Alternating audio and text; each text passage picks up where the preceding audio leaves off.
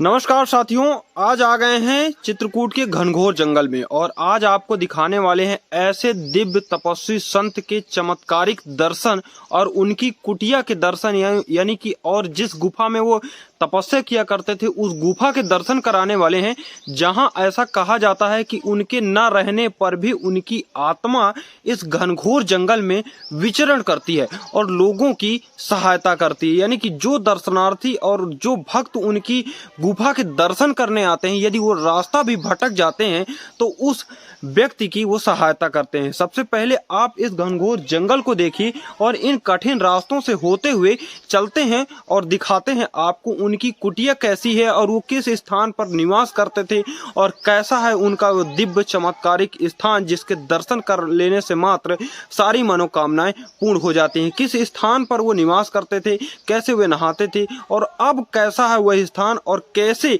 उस स्थान के दर्शन करने मात्र से सारे कष्ट दूर हो जाते हैं। तो चलिए इन घनघोर जंगलों को आपको पहले दिखाता हूं। इन कठिन रास्तों को देखिए कि कैसे इन कठिन रास्तों से हम चलते हैं और आपको दिव्य चमत्कारिक संतों के दर्शन कराते हैं। देखिए साथियों, इसी रास्ते से हम यहाँ तक पहुँचे हैं और ये जो रास्ता है कितना कठिन है। यहाँ पर पूरा पानी भरा हुआ है। ये पूरा घनघोर जंगल है जहाँ पर भालू, शेर, चीता, इस तरह के तमाम जंगली जानवर, चाहे वो करैंच हो चाहे तमाम यहाँ पर आते हैं।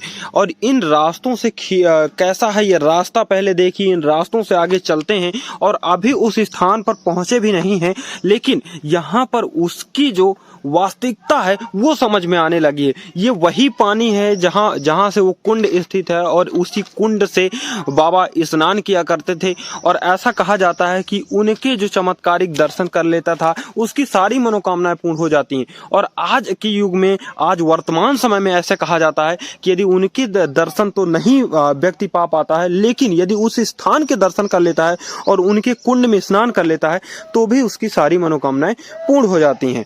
अब देखिए, ये पूरा कठिन रास्ता है। यहाँ पर तमाम ऐसे वृक्ष हैं, जड़ी बूटियां हैं और इन कठिन रास्तों से देखिए कैसे यहाँ से आगे बढ़ना कितना मुश्किल है।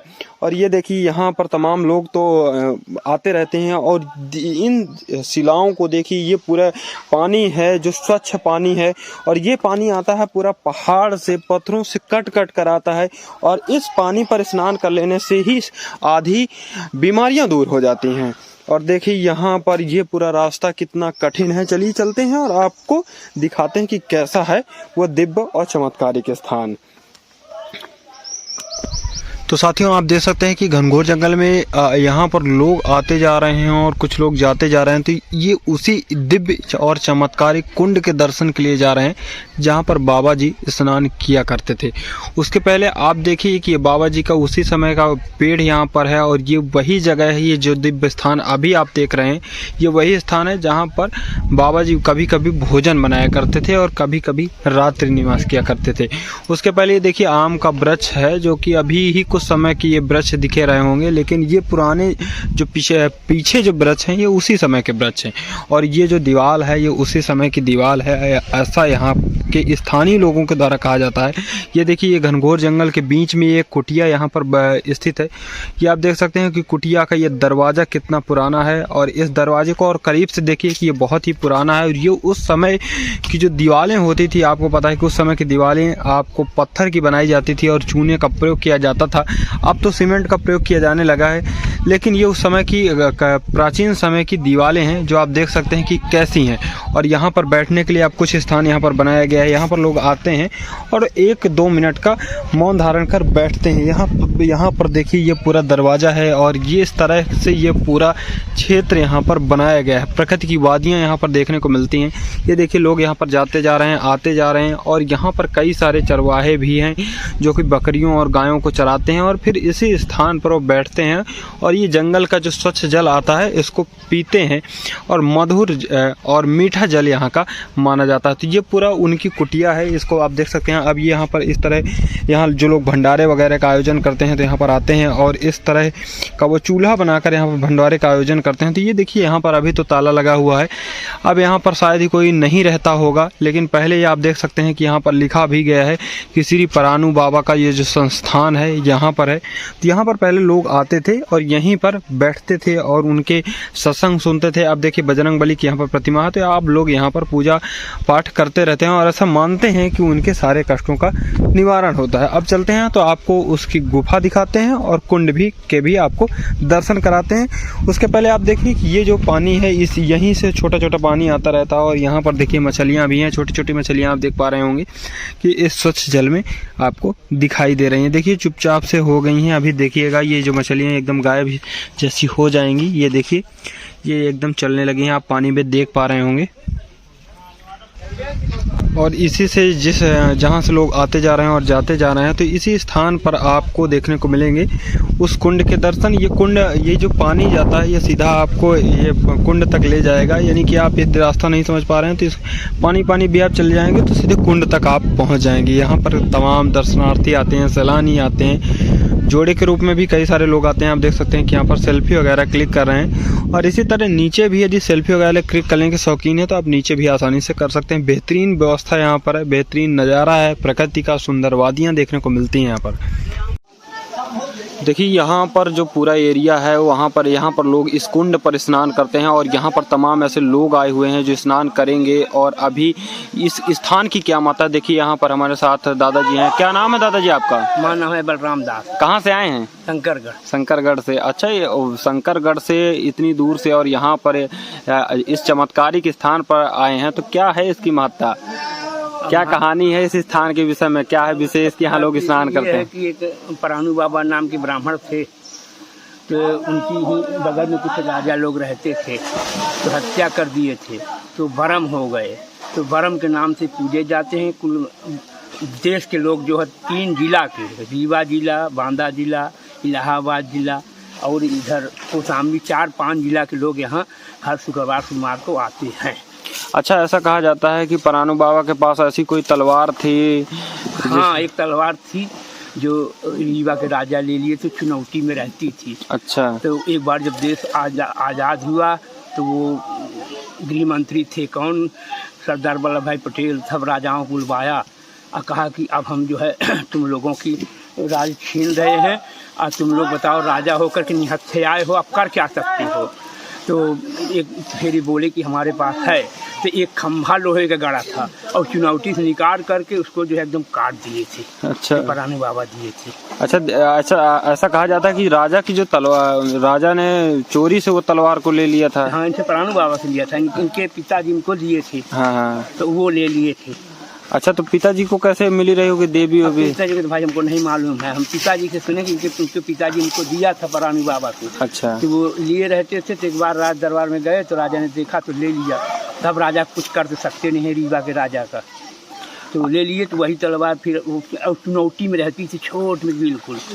एक बार जब हम सरदार वल्लभ भाई पटेल थे गृह मंत्री, तो तभी राजाओं को तो खंडन किया जब नेहरू चले गए थे विदेश।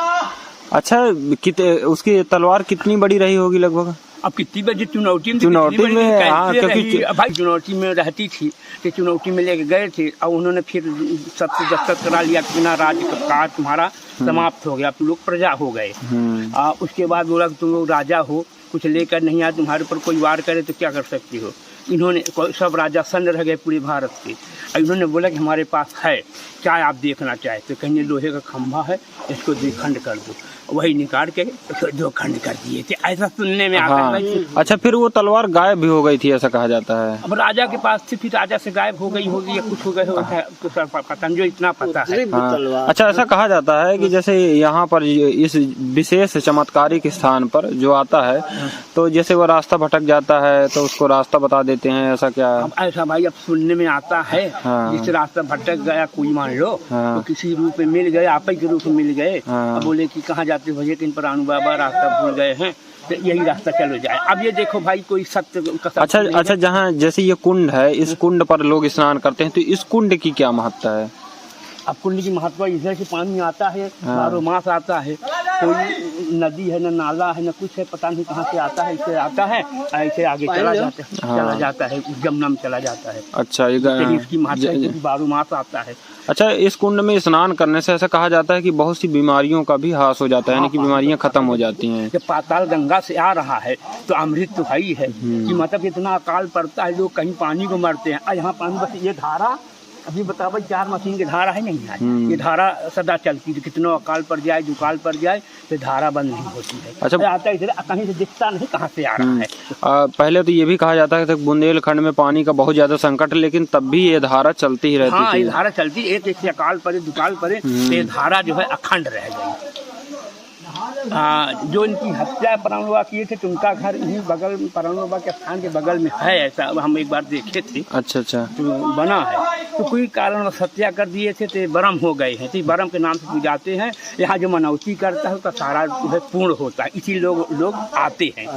आएगा लोग देखो स्वार्थ है, बस स्वार्थ ला करें से प्रीति सुरनन उन सब किया जो कराहे चढ़ रहे हैं सब स्वार्थ के चढ़े हैं, कोई मनौती माने होंगे, उनकी लंबी से लंबी कामना पूर्ण के थोड़ा से थोड़ा कर दिए।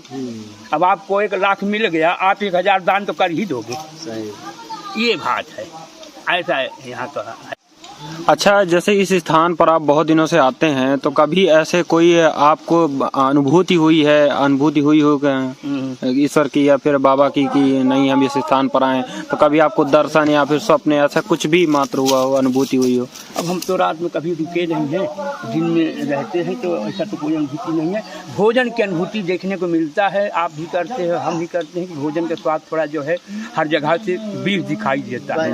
अब चाहे उसका ये मान लो कि भोजन 2 बजे तक होता है तो लोग भूखों को मारा तड़पता है, इससे भोजन अच्छा लगता है। जो खाएगा कहे बाबा क्या भोजन है, आत्मा जो भी बना देते हैं टेढ़ माँ को लोग, भाजी पूरी मसाला डामा चाहे न डाबा, अमृत के साथ भोजन होता है। ये तो एक कसौटी की बात है, इसको तो आप अभी करोगे तो भी देखोगे, कब आओगे तब देखोगे। बहुत बहुत धन्यवाद आपको इस महिमा को बताने के लिए। तो लोगों से क्या अपील करना चाहेंगे इस स्थान के बारे में? अब लोगों से अपील, अब लोगों को तक तो पहुँचा है, यह 4 जिला के लोग आवत, इलाहाबाद, प्रयागराज जिला, रीवा जिला, बांदा जिला, कौशाम्बी जिला, 4-5 जिला के लोग यहाँ आते हैं। इससे आगे की आवत 4-5 जिला के लोग सबसे ज्यादा आते हैं, कुछ अदर जगह के आते हैं, कुछ अदर जगह के आते हैं। हाँ, दूर के आते हैं। यहाँ भंडारा लोग करते हैं, उनकी कामना पूरी होती है, सब लोग करते हैं। तो बहुत बहुत धन्यवाद। क्या नाम है दादाजी आपका? हमारा नाम है बलराम दास। बहुत बहुत धन्यवाद यहाँ की प्रतिभा को बताने के लिए, व्याख्यान करने के लिए। तो चलिए साथियों, अब आपको दिखा देते हैं कि वो कौन सी गुफा है जहाँ पर बाबा जी तपस्या किया करते थे, और उस गुफा के दर्शन करने मात्र से, उस स्थान पर बैठने मात्र से सारे कष्टों का निवारण हो जाता है। और उस स्थान पर जब पहुँचते हैं तो वहाँ पर दिव्य चमत्कारिक शक्तियों का भी अनुभव होता है। देखिए, ये पूरा दिव्य स्थान है, यहीं पर वो स्थान है जहाँ पर वो गुफा यहाँ पर बनाई गई थी, और इस गुफा पर वो बाबा यहाँ पर निवास किया करते थे। देखिए, ये पूरा क्षेत्र है जहाँ पर अब तो इसको काफ़ी ढक दिया गया है, और अब उतना स्पेस नहीं बचा हुआ है। पहले तो यहाँ से गुजरने के लिए और भी कम स्पेस था, और इस स्थान पर व्यक्ति अंदर नहीं प्रवेश कर पाता था। लेकिन अब ये स्थान जो है, अब यहाँ पर पूरा, क्योंकि यहाँ पर बादल गरजते हैं, बिजली गिरती है, तो कई इस स्थान को तोड़ दिया गया है। और इस स्थान पर तोड़ने से यहाँ पर आप देख सकते हैं कि यहाँ पर इतना सा जगह बची हुई है। तो साथियों, आपने देखा कि कैसे चमत्कारिक दर्शन हैं और कैसे इस घनघोर जंगल में बाबा तपस्या किया करते थे। तो इसी तरह की वीडियो देखने के लिए चैनल को सब्सक्राइब करिएगा। और मेरा नाम है आलोक, और आप देख रहे थे आलोक एक्सप्लोर मीडिया यूट्यूब चैनल। और यदि आप हमारे फेसबुक पेज पर ये वीडियो देख रहे थे तो उसको भी आप फॉलो ज़रूर करिएगा और लाइक करके अपना सहयोग जरूर दीजिएगा। यदि साधु संतों की वीडियो आपको अच्छी लगती है और आप यदि कुछ सहयोग करना चाहते हैं तो नीचे कमेंट बॉक्स में लिखिएगा, डिस्क्रिप्शन में भी एक नंबर मिलेगा, आप उसमें संपर्क कर सकते हैं और साधु संतों के लाइव आप दान कर सकते हैं।